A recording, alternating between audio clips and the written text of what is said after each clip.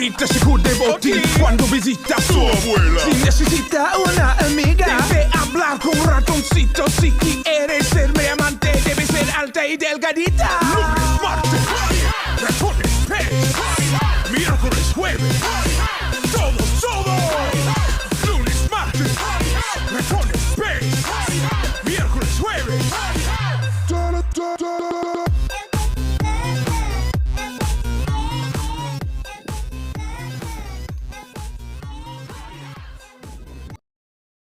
Magandang good morning sa inyo mga ka-One Bite. So nandito ang inyong Kuya Pacboy na imbitahan dito sa Manalo K9. So kasama natin si Albert. Mamaya ipapakita natin kung ano yung mga ino-offer nila dito sa Manalo K9. So mamaya makikita natin yan yung obedience, tama ba? Yes, sir. Obedience, ano po ba Kuya? Magpapakita kami ng protection, yung basic protection. Yes.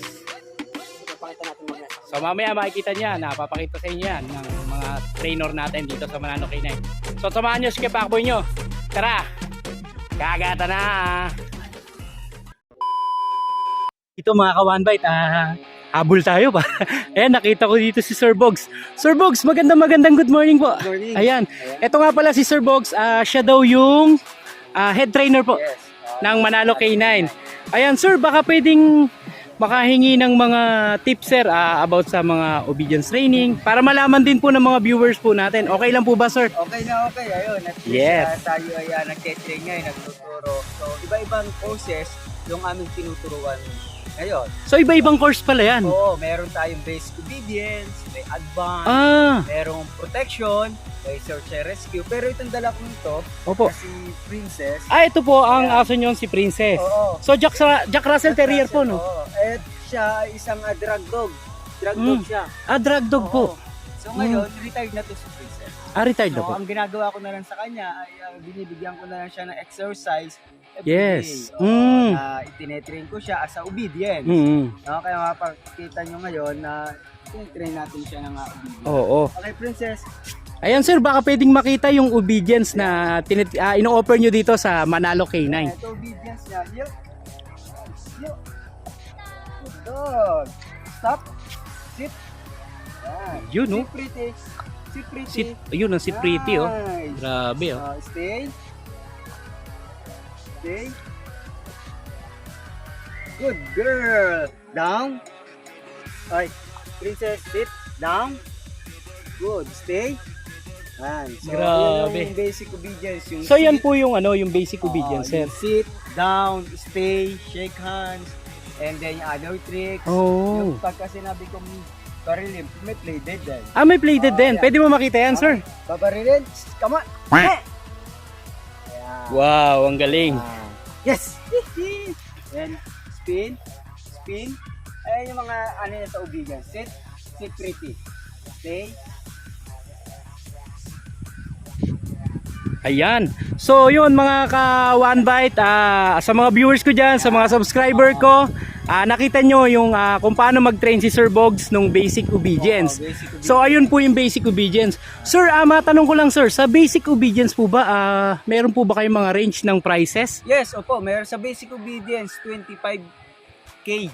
25,000. 25,000. Oo. 1 month yun na ite-train namin. 1 month. Oo, dito na yun. Including na po doon yung foods, yung So kasama na lahat yun. Kasama na po Package yun. na, no? Package na. Kompletos Ricardos, parang pati Yes, patot panabla. oo. And then sa loob ng 1 week, Oo. nagsesend kami kung hindi available yung owner, nagsesend kami weekly.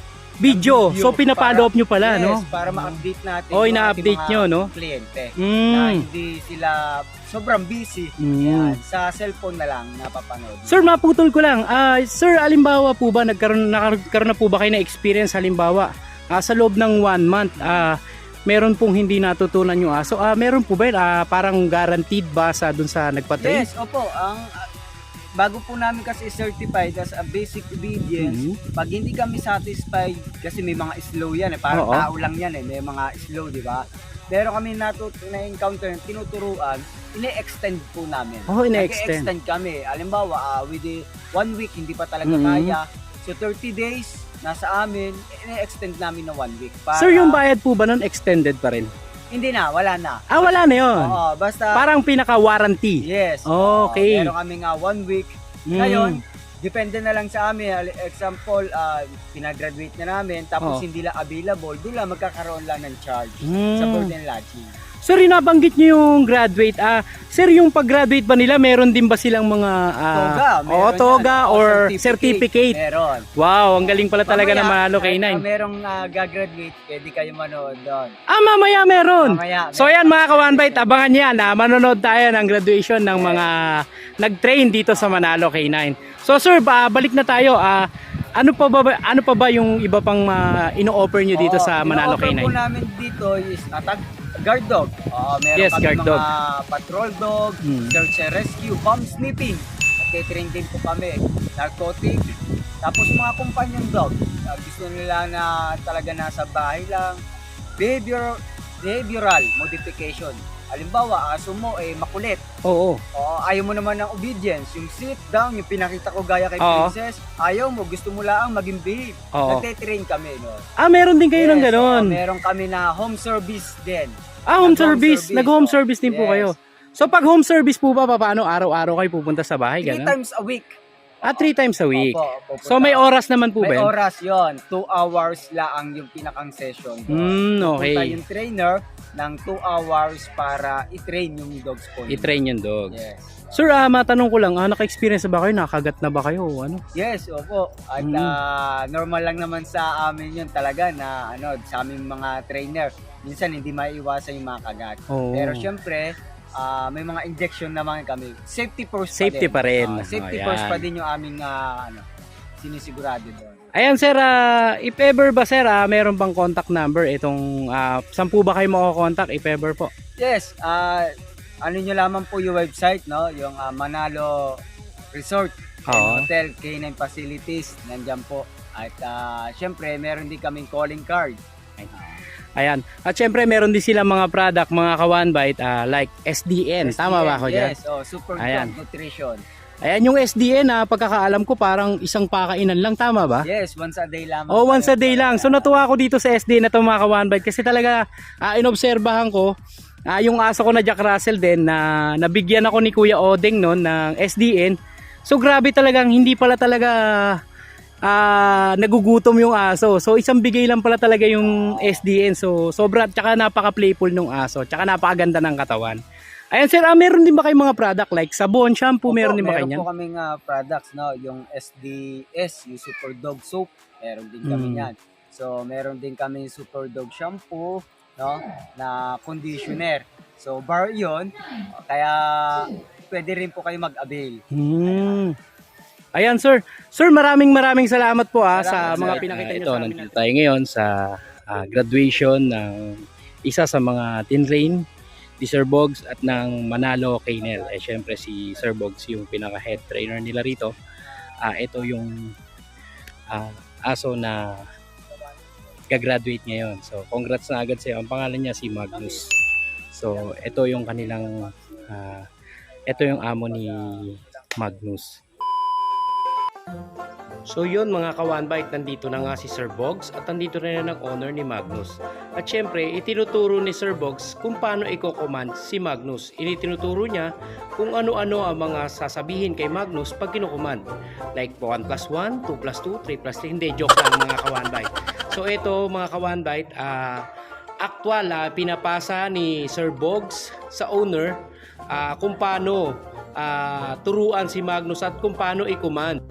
Step by step, detail by detail, ipinapasa naman, sinasabi ni Sir Bogs sa owner kung ano ang mga pwedeng gawin at pwedeng mangyari kapag hindi nila naibigay ng maayos sa aso ang mga itinuturo ni Sir Bogs. Ang dami ng bola. Tara, i-pass forward na natin. Tignan na natin kung ano yung mga naituro ni Sir Bogs kay Magnus para makita na rin ito ng kanyang mga bagong magiging amo.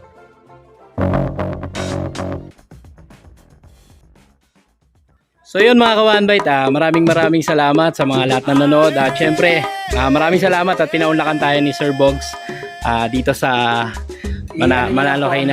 Animals, Manalo K9. Yes, syempre. Patrain na rin kayo para maging mas maayos, mas mahusay yung mga companion dogs nyo. Yes. O yan, sa mga viewers ko, sa mga subscribers ko, ng mga OFW, alam nyo na ha, Manalo K9. Kuya Bogs, maraming salamat sa iyo. Ang kapayapaan ay laging sumay. Thank you. Thank you po.